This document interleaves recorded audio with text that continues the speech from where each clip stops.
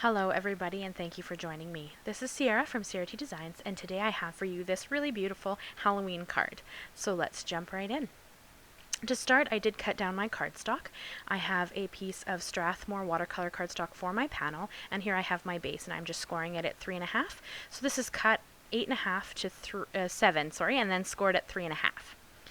And then I'm going to take out my nested circle dies and pick one for the moon. I did want to create a mask. It's just a mask made out of paper, but that's just what I wanted to do there. So I'm going to use my Oxide sprays. I have Oxide spray in Carved Pumpkin, Seedless Preserves, and Black Soot. And I'm just going to kind of randomly spray them on the background until it looks like what I want. That's pretty much the whole thing here. I didn't really have a purpose in mind. I just kind of sprayed things around a bit until I liked how it looked. And I did bring in a piece of cardstock as well, and I am drawing between every layer as well. And then here I just put a little bit of water on the background, or on the ink that's sitting on my glass mat, and tapped it into the moon, and then sprayed the moon to get a little bit of movement. And then here you can see that I just have this spare piece of cardstock. This is just another piece of watercolor cardstock, and I'm kind of picking up some of the ink that's on the back of my glass mat there so that I don't waste it. And here I have some Dylusions ink spray, and I have that, it's black marble. I just wanted it to be a little bit darker. And I did add a little bit more of the Seedless Preserves and dried it again. And now I'm going to splatter it with some Perfect Pearls in my little mini mister with the little, the wandy hose part of the nozzle in my mini mister bottle. And I'm just going to spray that all over. So I know we are moving kind of through this fast. This is a bit of a longer video for me. I tried really hard not to cut too much out, just because I do get questions about colors used or stuff like that. So I tried really hard not to cut anything out, but I'm going to splash on some gouache as well. This is just a white gouache. I just wanted to add some stars. And with my paintbrush, I also added a couple of shooting stars in the background. And then we're going to jump right into the Copic coloring. So here I'm just showing you, I figured out a way to use my Cricut to cut out a digital image. And I am so excited about that. So I am going to share a video of that here as soon as I get a video recorded of how I've done that. Because I did also add a white border around my image and cut it out with my Cricut. And I'm so excited that I figured out how to do this with digital images. If you guys have been with me for a little while, you know that I don't actually mind Copic coloring. Oh, and one of my cats had to help me here. She's going to lay here for a while. This is sped up quite a bit because we're going to do a fair amount of Copic coloring, and I know a lot of people like to watch it. So I'll walk you through the colors I'm going to use here, and then we'll talk a bit about this image. So the colors I have are, for the grays that I'm using right now, I used grays instead of black because I just like how they look. So for my grays, I'm going to use C1, C3, C5, C7, and C9. And I kind of like to go through and just pick every area that I'm doing in the image with whatever color family I'm using, and then just do each area. So you can see there that I did the witch's boots, the witch's belt kind of across her hat, and the belt on her body. And then we're going to jump into the oranges. I'm using YR16, YR12, YR7, and YR04.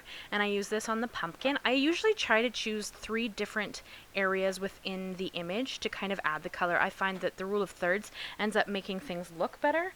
So I tend to do that, where I pick multiple images within the, parts within the image to add the certain colors to. So I am going to use that on the pumpkin. And then I also use it in pieces of her outfit. I believe it's any of the metal bits, actually. So like the metal belt on her hat and the metal belt on her waist, and then as well as the rings kind of coming out of her jacket or shirt there. Or I guess it's a dress, but yeah, so I kind of add the orange there. So I do that with all of the areas. So I was recently invited to the Little Patch of Crafty Friends challenge blog.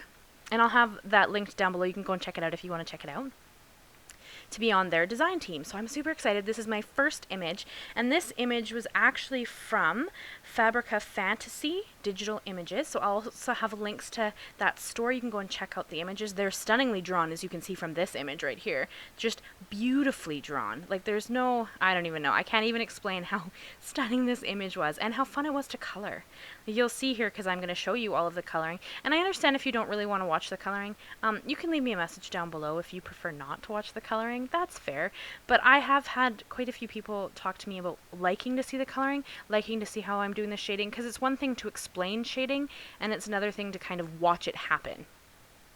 And although this is sped up, you can slow this down if you'd like, but the video is already like 14 minutes, and that's a long video for me, and I didn't want it to be too long because I know some people lose interest. So you can, of course, also skip all of the coloring if you don't want to watch that. So that's completely up to you, whatever you prefer. And we're still back in the grays.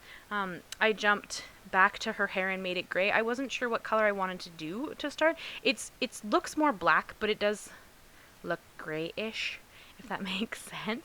I like to use grays for hair just because I find that adds more depth than if I had just taken, like, because my black is just black. Like, I don't have multiple shades of black. So with the grays, it's easier for me to add a lot more depth than if I'm trying to just make black hair out of black. It would be very flat.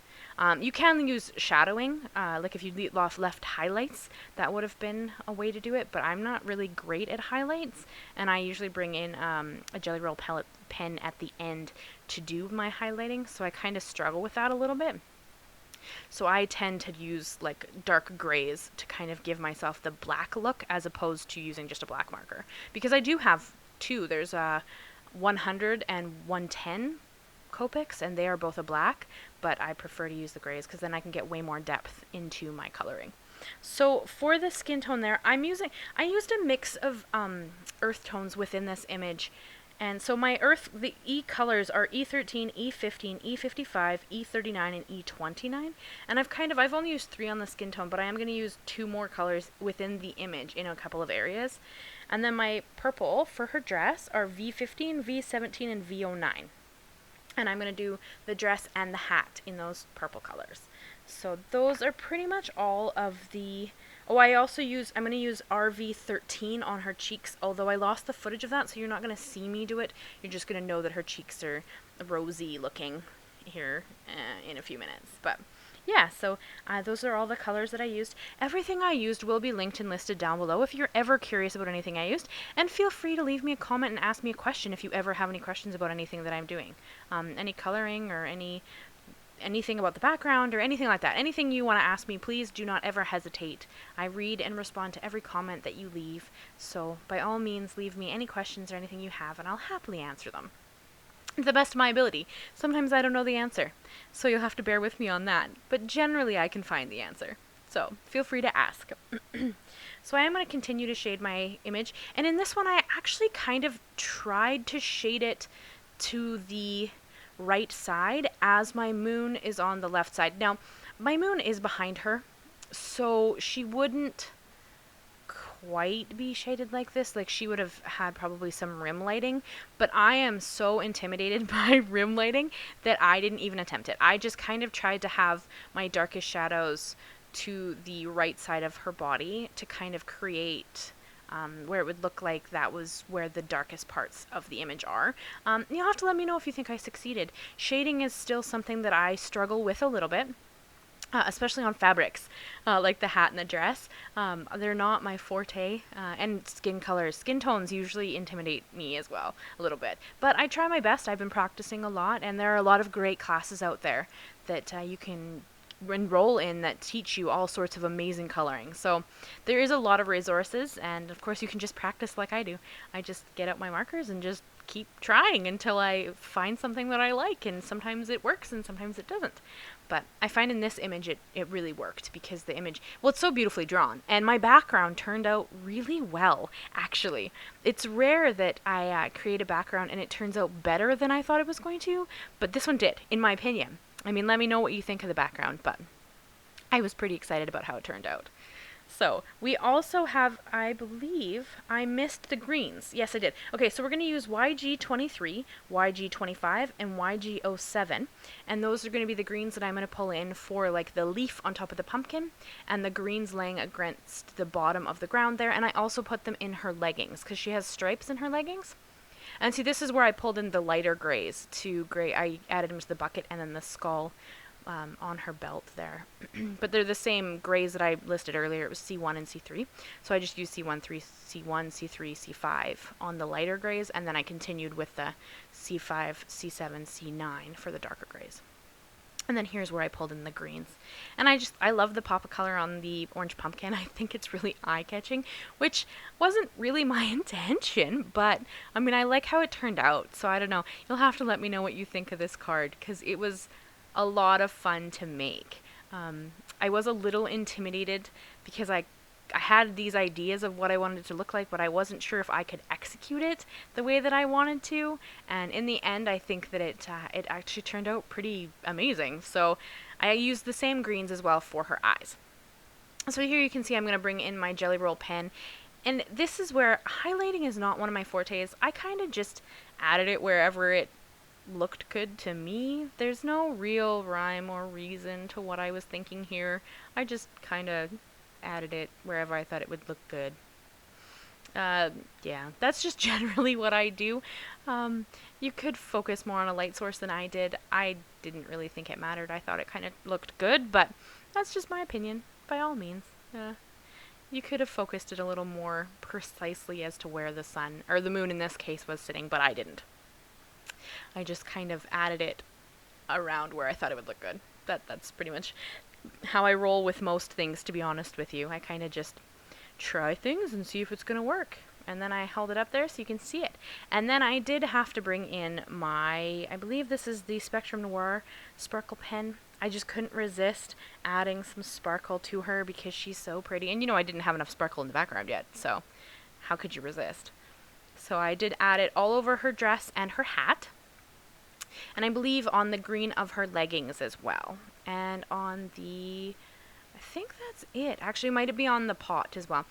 With this, though, I had to be a little bit careful. Because I have an inkjet printer, and this is a digital image, it will make my inkjet run, like the ink. So I had to be very weary of getting anywhere near the lines of the image, because it would make them run. And I didn't want that at all. So I was really, really careful about that. And then here I'm going to bring in, this is an image from the Stamp Timber Tim Holtz set from last year. I love this set, guys. But this is a image from there, and I just really wanted the sentiment that was on the bottom of it. Because it kind of looks like my witch is floating in the card, and I really didn't want that. So I created a sentiment that would kind of ground where she was standing. So I just inked that up with some Versamark ink. I'm going to white heat emboss on some black cardstock, and I pulled just a paintbrush here to get, because of course that image, I did get some of the bottom of the image above my sentiment. I don't like to cut my images apart. I know some people have no problem with it. It gives me minute heart failure when people cut their stamps apart, and I cannot bring myself to do it. I can mask, or I can do different things instead.